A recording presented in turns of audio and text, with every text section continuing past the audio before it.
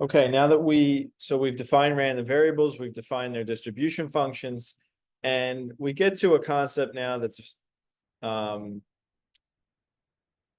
very important in measuring or understanding random variables. So random variables in general can take many different values, all with different probabilities. And so one of the questions, one of the challenges that we have in understanding how random variables behave is the fact that they're, I mean, for lack of a better word, that they're random. They can take any given value on any given observation.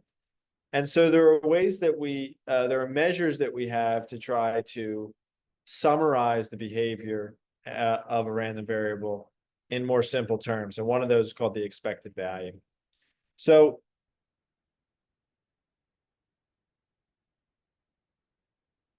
the intuition behind what an expected value is, or what it's supposed to be, is that in some sense, the expected value tells us if we had to take a guess, if we had to take a guess at a single value that we think the would be a good guess for what's likely to happen, the expected value is a good candidate for that guess, or at least that's what we would hope for. So how do we define this quantity so that it is actually a good guess? So let's suppose we have a random variable that has three possible values.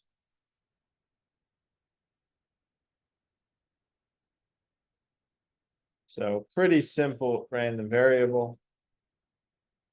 X1, X2, X3, lowercase x1, lowercase x2, lowercase x3. So we're going to repeatedly draw from this distribution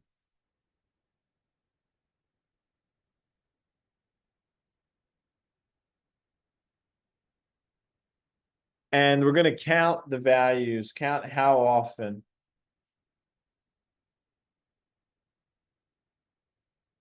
so this is the number of times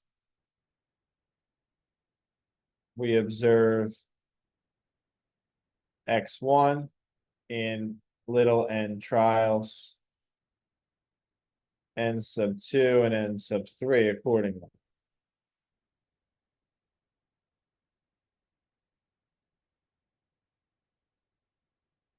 Okay. Now, what we can do is we can define the average. So we can calculate the average of the observed values.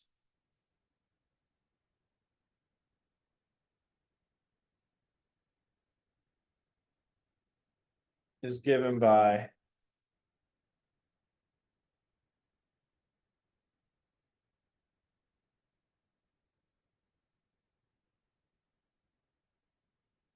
the simple average. We just take all the observed values, we add them up, we divide them by n. Okay.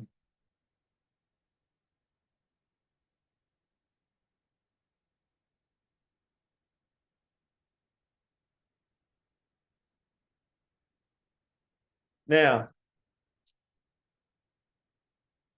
the key idea is that, as we've talked about before in the frequentist interpretation, remember that the frequency of the time that each of these values should occur is close to or approximately the probability as we observe more and more data. So this quantity, since each one of these should be close to P sub I, the probability that X is equal to Xi, this quantity itself is converging to a weighted average or a weighted sum, where the possible values of X, the random variable, are weighted by the probabilities, the probability masses associated to each of those. So that turns out to be an intuitive idea for where the expectation comes from. So the definition of expectation or expected value, so they're both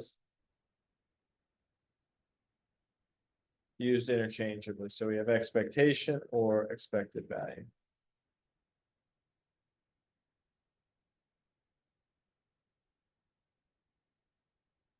So if we have a discrete random variable,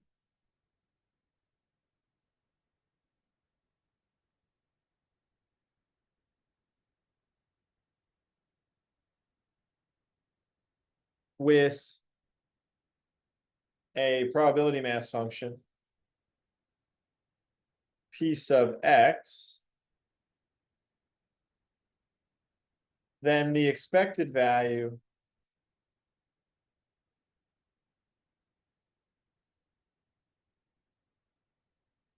write it as e of capital X, the expected value of x is defined by the quantity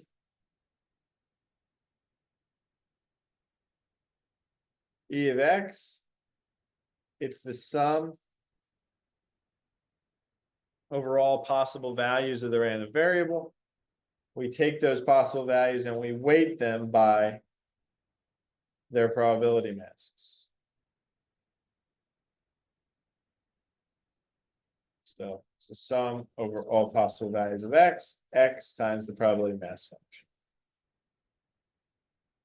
Provided that this is actually a well-defined quantity. If x is a finite random variable, has finitely many values, then it will be well-defined.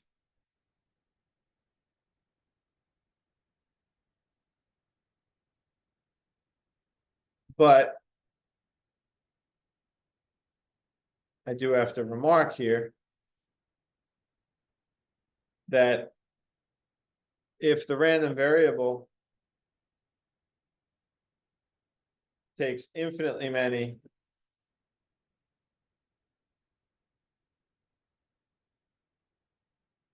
values, then the sum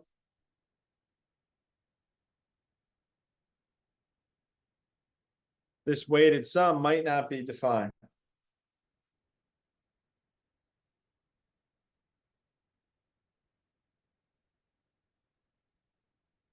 Okay. And in that case, the expectation would not be defined. It would not exist. So we say that the random variable has an expectation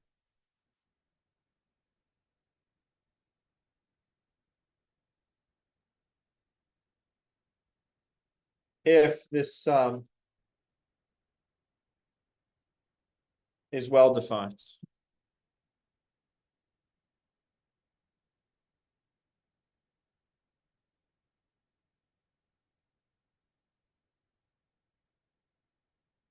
We say that x has finite expectation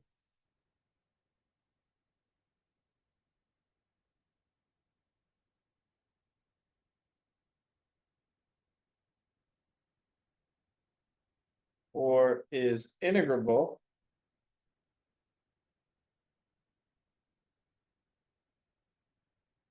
if the sum is finite.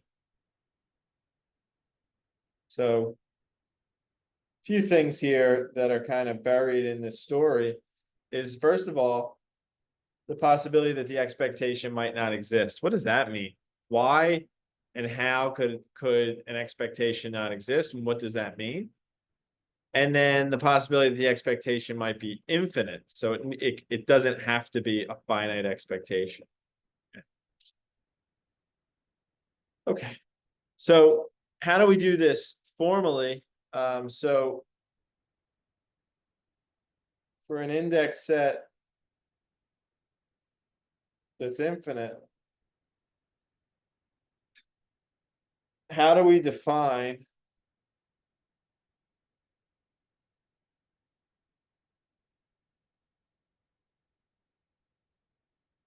a sum over an infinite set of some sequence? So we want it to be equal to some sum S.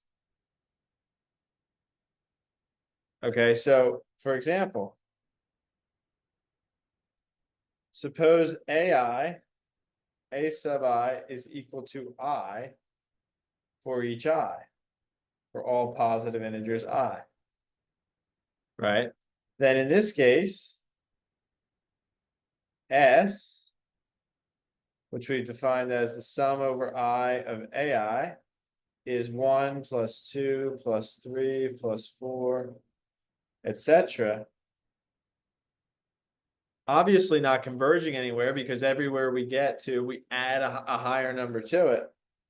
So it's diverging. We can define this as infinite. So S is defined here, but it's infinite. But consider now a different case where AI is minus 1 to the power I. Well, then in this case, S, which is the sum of the AI, is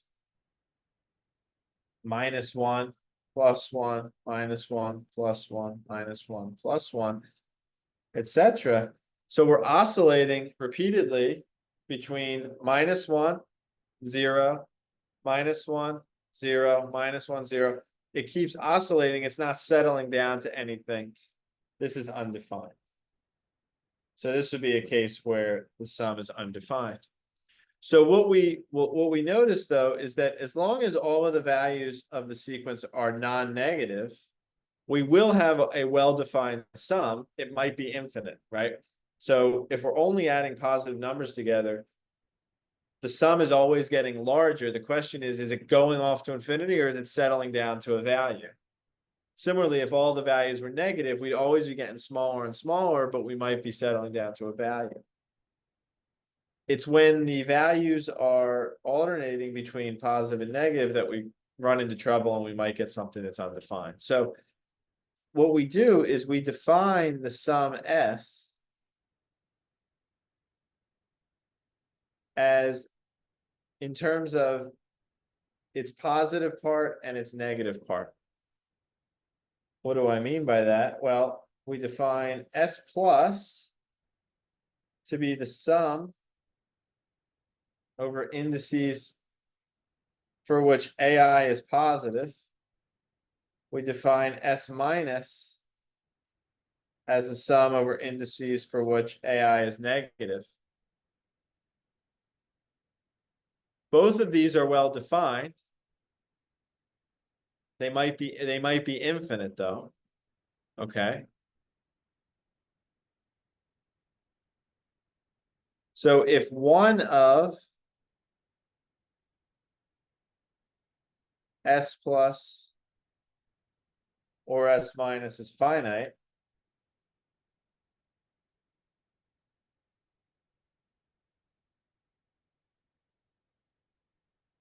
well, this the negative part. So this is going to be the negative part. So it will be positive. So if one of these is finite, then S equal to the difference, S plus minus S minus, is well defined. Why is it well defined? Because if we have infinity minus something finite, that's just infinity. If we have something finite minus infinity, then that's just negative infinity. And if we have something finite minus something finite, we get something finite. Okay. But if they're both finite, if they're both infinite, infinity minus infinity is undefined. And the expectation does not exist. So this is where the definition of expectation can be formalized. So the formal definition of expectation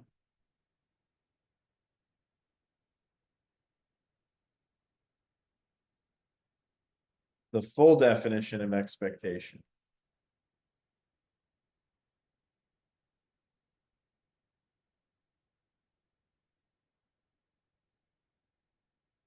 is that for a random variable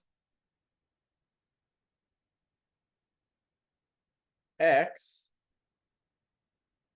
define the positive part and the negative part. Positive part is the maximum of X and 0. The negative part is the maximum of negative x and 0. And realize that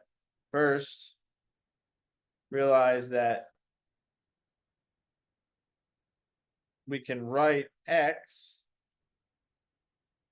as the difference between its positive part and its negative part. Both positive and negative parts are both non-negative. That's the key. So they're both non-negative. So we can define the expectations, right? So define the next expectations if at least one of the expectation of x plus and the expectation of x minus is finite, then expectation of x exists and equals the difference of the positive part and the negative part. It can possibly be infinite, of course. If both of these expectations are infinite, then the expectation of x does not exist. So that's how we calculate expectation. We'll have plenty of examples to see where we get infinite expectations, undefined expectations, and so on throughout this section. And we'll be doing that. We'll be starting that immediately in the next section.